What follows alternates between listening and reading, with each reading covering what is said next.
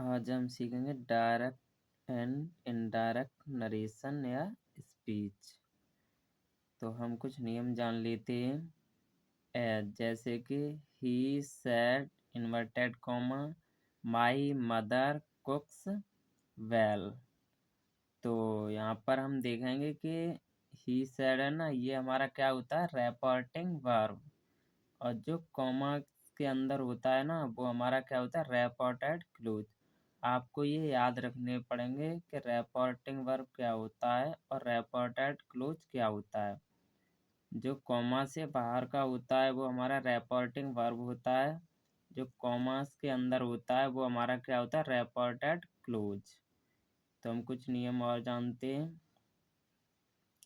Direct speech से indirect speech में परिवर्तन के नियम।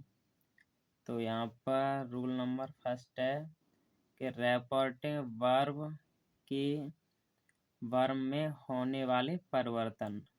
अब रेपोर्टिंग वर्ब हमारे क्या हैं, ये वाले।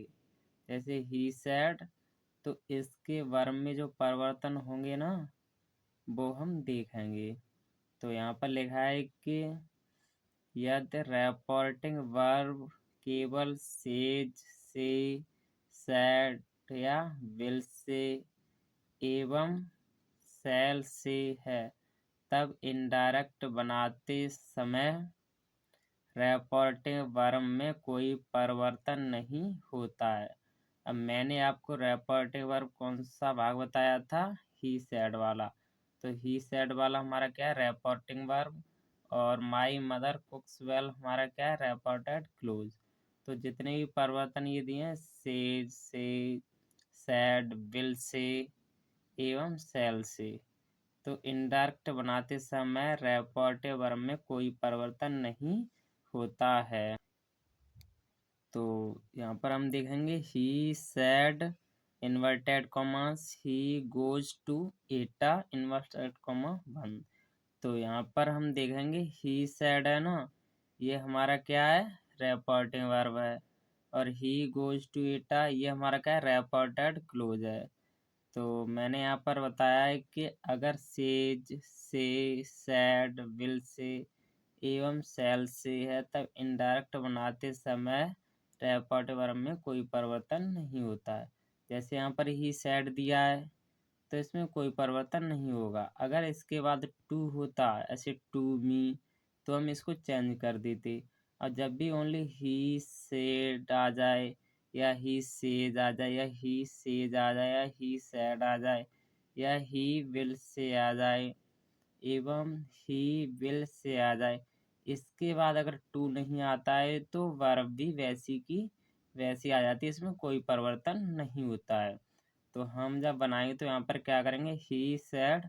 और हमेशा याद रखिए कि जब भी इन्वर्टेड कॉमास हटाओगे तो उसको हटा के हम क्या लगाते हैं, दैट। तो यहाँ पर क्या लगाओगे, इन्वर्टेड कॉमास हटा के दैट, फिर ही। ये हमारा कौन सा पर्सन होता है, थर्ड पर्सन। तो ही का ही रहेगा। अब ही गोज टू एटा। अब आपको ये पहचानने पड़ेंगे कि ये टेंस किस में है। तो ये हमारा टेंस किस में है, प्रेजेंट इंडेफिनिट टेंस में। आपको टेंस आने चाहिए तभी आप बना पाओगे। तो हमारा एक नियम होता है कि जब भी हमारा प्रेजेंट इंडेफिनिट होता है तो हम उसे चेंज किस में कर देते हैं, पास्ट इंडेफिनिट, पास्ट इंडेफिनिट में। तो यहाँ पर आप करोगे ही वेंट टू एटा, तो प्रेजेंट से हम पास्ट में हम चेंज कर देते पास्ट इंडेफिनिट में। तो ये रूल आपको आगे बताएंगे, आपको ये बेसिक जानकारी हम दे रहे हैं। रूल नंबर 2, यदि रेपोर्टिंग वर्ब में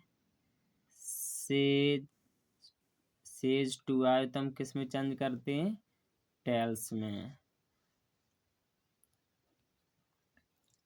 यदि रेपोर्टिंग वर्ब में सेज टू हो तो टेल्स में चेंज कर देते हैं, से टू हो तो टेल में चेंज कर देते हैं, सैड टू हो तो टोल्ड में चेंज कर देते हैं, बिल से टू हो तो हम बिल टेल में चेंज कर देते हैं, सेल सेज टू हो तो सेल टेल में हम चेंज कर देते हैं। अब ये इम्पोर्टेंट नियम है, आपको ये याद होने चाहिए। आप याद होंगे तो आप बना लोगे।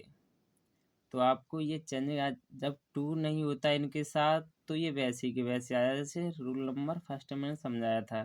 जैसे सेज हो, से हो, सैड हो, बिल से हो, सेल से हो, इनके साथ अगर टू नहीं होता है तो हम इनको चेंज नहीं करते। अगर इनके साथ टू लगा हुआ है तो हम इनको चेंज कर देते। अब आपको ये चेंजिंग याद होनी चाहिए। तो यहाँ पर लिखा है कि he said to me inverted commas Ram is going to Etah. तो यहाँ पर जब ये टू आ रहा है तो हम सैड टू को किस में चेंज कर देंगे, टोल्ड में। जैसे यहाँ पर सैड टू है तो इसको हम किस में चेंज कर देंगे, टोल्ड में। तो बस ये याद रखना, जब भी सैड के साथ टू लग के आए तो हम टोल्ड में चेंज कर देते हैं।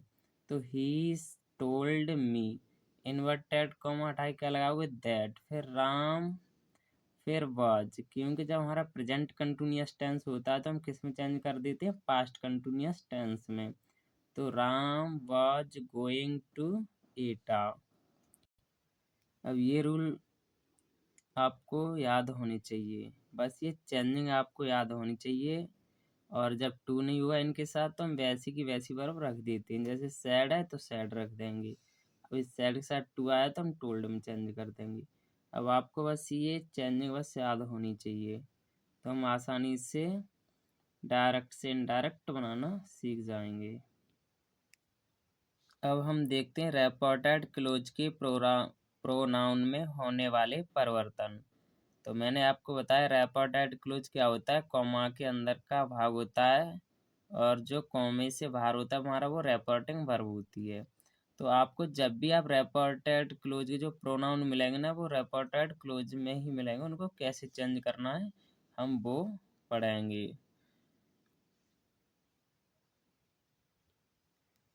तो यहाँ पर बस पर्सन याद रखनी, ये फर्स्ट पर्सन, देखो जो फर्स्ट पर्सन होगी ये लाइन खींची है ना, ये सारे सारे फर्स्ट पर्सन है।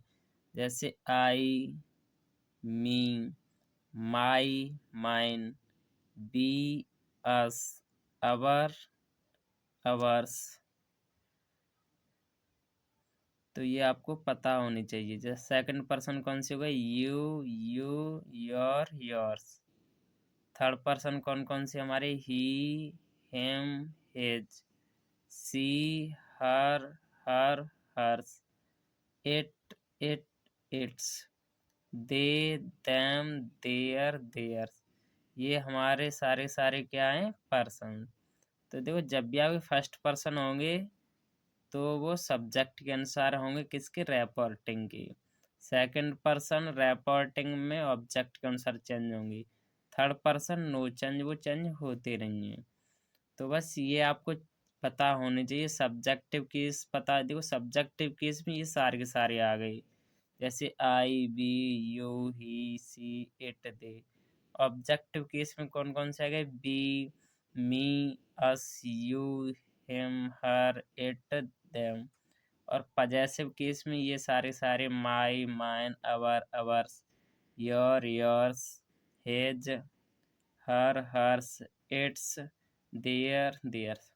अब आपको पता होने सब्जेक्टिव केस में ये सारे होते हैं, ऑब्जेक्टिव केस में ये सारे होते हैं, पजेसिव केस में ये सारे होते हैं। आपको ये सारे के सारे पता होने चाहिए, तभी आप डायरेक्ट इनडायरेक्ट बना सकते हो।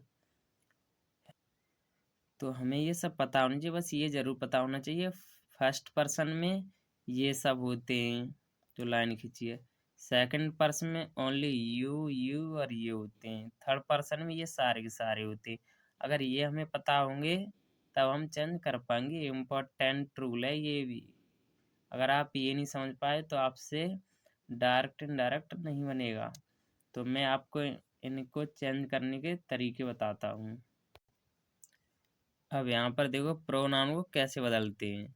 तो फर्स्ट पर्सन को कैसे बदलें, रैपोर्टिंग वर्ब के सब्जेक्ट के अनुसार बदलती है। रैपोर्टिंग वर्ब क्या होता है, ये वाला भाग, और ये वाला भाग कौन सा होता है हमारा, रैपोर्टेड क्लोज। तो यहाँ पर लिखा है कि सीता सैड, तो सीता सैड हमारा क्या है, तो यहाँ पर लिखा है कि सीता सैड, तो inverted comma I read a book. तो यहाँ पर सीता सैड ही रहेगा क्योंकि यहाँ पर टू नहीं है तो सैड को सैड में रहने देंगे। इन्वर्टेड कॉमा को हम किस में चेंज कर देंगे, दैट में। तो यहाँ पर जब ये फर्स्ट पर्सन है, आई हमारा क्या है, फर्स्ट पर्सन है, तो इसे किसके अनुसार चेंज करोगे, सीता के अनुसार। जब भी सीता के अनुसार हम चेंज करेंगे तो यहाँ पर क्या होगा, सी, क्योंकि यहाँ पर स्त्रीलिंग है ना सीता, तो इसलिए हम किस में चेंज कर देंगे, सी में। तो read a book, present indefinite हम किस में चेंज कर देते हैं, पास्ट इंडेफिनिट में। तो आई हमारा क्या है, फर्स्ट पर्सन, जैसा कि मैंने यहाँ पर बता दिया है कि आई हमारा क्या है, फर्स्ट पर्सन है, जैसा कि यहाँ पर दिया है। तो ये पर्सन, ये वाले जितने पर्सन होंगे ना, वो किसके अनुसार चेंज होंगे, रैपोर्टिंग वर्ब के अनुसार। तो यहाँ पर रैपोर्टिंग सब्जेक्ट के अनुसार हम चेंज करेंगे। तो आई के सीता के अनुसार चेंज करेंगे तो यहाँ पर सी रीड अ बुक हो जाएगा। फिर हमारा यहाँ पर है सेकंड पर्सन। तो सेकंड पर्सन को हम रैपोर्टिंग वर्ब के ऑब्जेक्ट के अनुसार बदलेंगे। तो यहाँ पे लिखा है कि she said to me, inverted comma, you are my cousin. तो यहाँ पर ये यू हमारा क्या है, ये पहचानना पड़ेगा, क्योंकि रैपोर्टिंग वर्ब के अनुसार चेंज करना है। ये हमारा रैपोर्टिंग वर्ब है और ये हमारा क्या है, रैपोर्टेड क्लोज। तो ये यू हमारा क्या है, सेकंड पर्सन है। अब जितने भी सेकंड पर्सन होंगे वो रैपोर्टिंग के ऑब्जेक्ट के अनुसार चेंज होंगे। तो यहाँ पर क्या है, मी है। तो जब भी यू को मी के अनुसार चेंज करोगे तो हम किस में चेंज कर देते हैं, आई में। बस ये पेयर याद करना कि जब भी मी आ जाए और यू आए तो हम किस में चेंज कर देंगे, आई में। तो सी टोल्ड, अब यहाँ पर सैड टू है तो हम किस में बदल देंगे, टोल्ड में। फिर मी, इन्वर्टेड कॉमा हटा के हम क्या लगा देंगे, दैट। ये जब प्रेजेंट कंटिन्यूअस, प्रेजेंट ये सिंपल प्रेजेंट है तो हम किस में, सिंपल पास्ट में चेंज कर देंगे। तो ये JMR को हम किस में चेंज कर देते हैं, वॉज या वर में। ये नियम आपको आगे मिलेंगे। तो आई वॉज हर कजिन। अब माई को हम किसके अनुसार चेंज करेंगे, सब्जेक्ट के अनुसार। यहाँ पर सी सब्जेक्ट है तो इसको हम ही कर देते हैं, लेकिन यहाँ पर माई है, ये हमारा पजेसिव एडजेक्टिव है, तो हम किस में, हर में चेंज करेंगे। फिर है हमारा थर्ड पर्सन के प्रोनाउन में कोई परिवर्तन नहीं होता है, ये जैसे कि तैसे उतार देते हैं। तो यहाँ पे लिखा है कि I said to him she had gone to school. तो यहाँ पर क्या हो रहा है, सैड टू आ रहा है तो हम किस में चेंज कर देंगे, इसे टोल्ड में। तो आई टोल्ड हिम, फिर इन्वर्टेड को हम हटा के हम क्या लगा देंगे, दैट। सी हमारा थर्ड पर्सन है तो इसको किसी में चेंज नहीं, सी का सी रहेगा। तो हैड गॉन टू स्कूल। आपको ये सारे के सारे नियम आने चाहिए। फिर आपको ये पर्सन बता दें, ये पर्सन जरूर पता होने चाहिए आपको। अब यहाँ पर एक ट्रैक है SON सन, तो इससे हम याद रख लेंगे, जब first person, second person, third person, जब भी हमारा एस से सब्जेक्ट हो गया, जब भी हमारा फर्स्ट पर्सन होगा तो सब्जेक्ट के अनुसार चेंज करेंगे, सेकंड पर्सन होगा तो ऑब्जेक्ट के अनुसार चेंज करेंगे, थर्ड पर्सन होगा तो हम कोई भी चेंज नहीं करेंगे।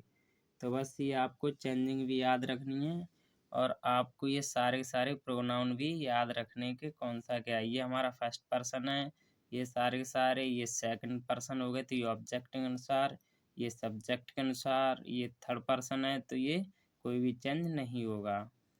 तो आप बस बने रहिए हमारी वीडियो के साथ। जय हिंद, जय भारत।